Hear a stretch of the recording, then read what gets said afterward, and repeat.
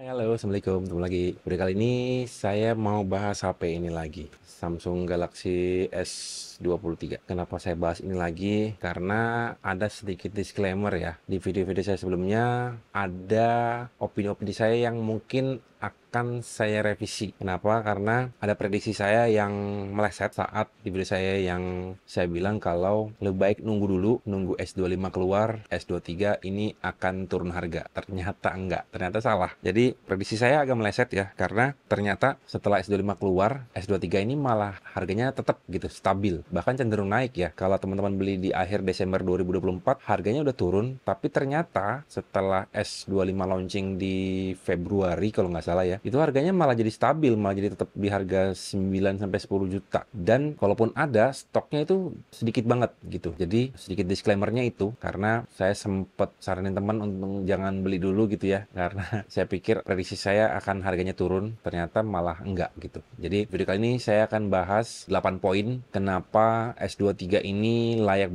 dibeli di 2025. Pertimbangannya kenapa layak dibeli gitu ya, atau alasan kenapa dibeli gitu deh, mungkin di 2025. Karena mungkin di video sebelumnya ada teman-teman yang bilang kayaknya itu nggak sesuai deh judulnya. Ya mungkin agak sedikit clickbait. Saya bilang apakah masih worth it 2025, tapi ternyata pembahasan saya mungkin agak sedikit melantur, agak sedikit out of topic gitu ya. Karena memang biasanya saya buat judul itu di belakangan gitu. Saya bahasnya ternyata lebih bahas ke user experience dan nggak bahas apakah masih worth it dibeli di 2025. Nah, di video kali ini saya mau bahas 8 poin yang menurut saya bisa jadi pertimbangan kenapa HP Samsung S23 ini layak dibeli di 2025. Oke, hal yang pertama, teman-teman bisa beli atau boleh pertimbangin untuk beli S23 ini kalau harganya 8 juta ke bawah. Kalau masih 9 atau 10 juta ke atas, mendingan skip. Itu poin yang pertama. Jadi harga dulu ya. Kalau harganya di 8 juta ke bawah, sikat. Oke, itu yang pertama. Yang kedua, kalau teman-teman pengguna yang seperti saya ya, pengguna yang ini saya agak baca catatan ya, takutnya saya agak ngelantur. Kalau pengguna yang seperti saya ya, bukan orang yang harus banget up to date dengan chip yang terbaru, dengan AI yang terbaru. Mungkin poin kedua ini bisa jadi pertimbangan ya. Jadi kalau teman-teman user yang seperti saya yang nggak masalah deh, yang teknologi setahun 2 tahun belakangan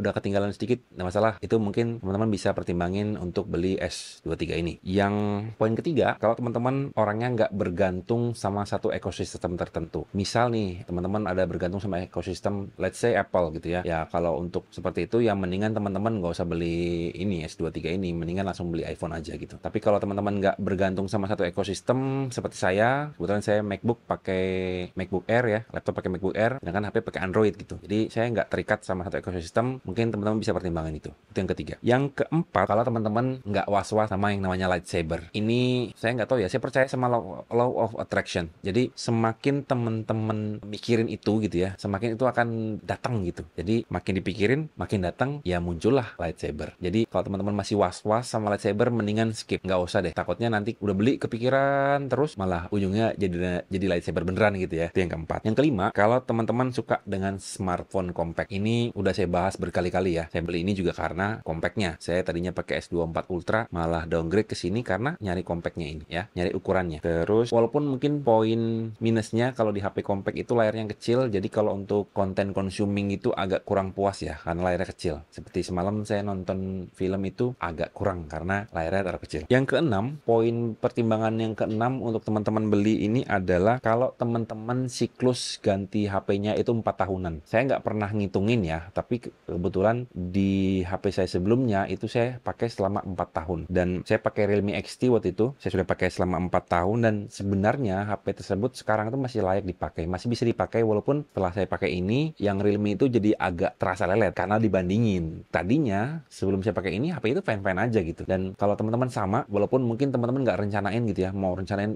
ntar 4 tahun sekali deh gitu, baru upgrade, 4 tahun sekali deh baru ganti HP. Walaupun nggak direncanain, tapi kalau kebetulan teman-teman nggak sesering itu ganti HP, HP ini masih layak dibeli untuk di tahun 2025 karena Realme XT yang saya pakai dari 2019 sampai dengan 2024 terakhir saya pakai itu 4 bahkan 5 tahun itu masih, bahkan sampai sekarang masih bisa dipakai gitu ya. Jadi kalau siklus ganti HP teman-teman itu nggak terlalu sering, rasanya bisa dipertimbangkan untuk beli S23 ini. Yang ketujuh, untuk teman-teman yang nggak terlalu peduli dengan jaminan masa update. Contohnya sekarang ya, S23 ini walaupun dijanjiin dapat update sampai 4 tahun ke depan, otomatis dihitung dari 2023 ya. Jadi sampai 2027. Tapi sampai sekarang ini sebenarnya ini masih belum dapat OS Android yang terbaru. Jadi masih Android 14, seharusnya udah dapat 15 ya. Tapi ini belum dapat, bahkan One UI-nya pun masih One UI 6.1, bukan One UI 7 gitu ya. Bukan One UI 7. Jadi kalau teman-teman nggak terlalu peduli dengan soal update-update gitu, ini masih bisa dipertimbangin. Itu poin yang ketujuh. Walaupun nih sebenarnya nih ya, let's say katakanlah misalnya nih S23 ini sama kayak S24 atau S25 yang dapat 7 tahun update. Belum tentu teman-teman pakai sampai 7 tahun. Bisa jadi sama kayak pengalaman saya pakai Realme tadi, Realme XT yang sebenarnya nggak dapat update, tapi 4 tahun itu saya sudah bosan gitu. Makanya saya ganti ini. Jadi bisa jadi walaupun ini dapat 7 tahun update, tapi teman-teman udah keburu bosan, ganti juga kan gitu. Jadi poin yang ketujuh, untuk teman-teman yang nggak terlalu peduliin dengan jaminan update, masa update-nya, rasanya ya nggak apa-apa sih, beli aja ini gitu ya. Dan yang terakhir, yang ke-8, kalau teman-teman bukan gamer, sama seperti saya bukan gamer. Jadi kalau saya udah pernah coba pakai game dan mungkin waktu itu bukan game berat ya, dan untuk main sosmed aja kadang-kadang HP ini panas. Jadi apalagi untuk main game. Jadi saya yakin kalau dipaksa untuk main game pasti suhunya akan naik, dan suhu yang naik itu, ini saya baca dari teman-teman yang komen ya. Yang komen tuh ada beberapa yang kejadian lightsaber tadi, merujuk ke poin yang tadi, lightsaber itu terjadi karena dia sering HP-nya sering panas. Jadi kalau teman-teman nggak main game, otomatis suhu mungkin nggak akan sering panas ya. Otomatis lightsaber akan kecenderungan untuk akan terjadi itu akan mungkin lebih kecil. Terus yang kedua, kalau kita sering main game, otomatis baterai akan cepat habis, dan saat baterai habis kita ngecas lagi, kita pakai lagi, ngecas lagi, pakai lagi, ngecas lagi, otomatis life cycle si baterai itu akan cepat habis. Sedangkan ini baterainya cuma 3900 mAh. Life cycle-nya habis, otomatis baterai akan berkurang umurnya gitu ya. Baterai itu pasti akan rusak, dipakai atau nggak dipakai pasti akan rusak. Semakin sering dipakai, semakin sering dicas, dipakai, otomatis life cycle-nya akan habis. Jadi ya kalau teman-teman gamer, apalagi dengan baterai yang cukup kecil, rasanya jangan beli HP ini deh gitu. Jadi kalau teman-teman bukan gamer, boleh dipertimbangkan untuk beli HP ini. Dan 8 poin itu yang mungkin berhasil saya cari-cari ya gitu ya. Saya pikirkan, saya cari-cari. Nah, kalau teman-teman ada poin yang lain yang mungkin teman-teman rasa bisa jadi pertimbangan untuk beli HP ini di 2025, silahkan aja tulis di kolom komentar. Mungkin sedikit itu aja yang bisa saya sharing. Semoga video ini ada manfaatnya. Kurang lebih mohon maaf. Assalamualaikum.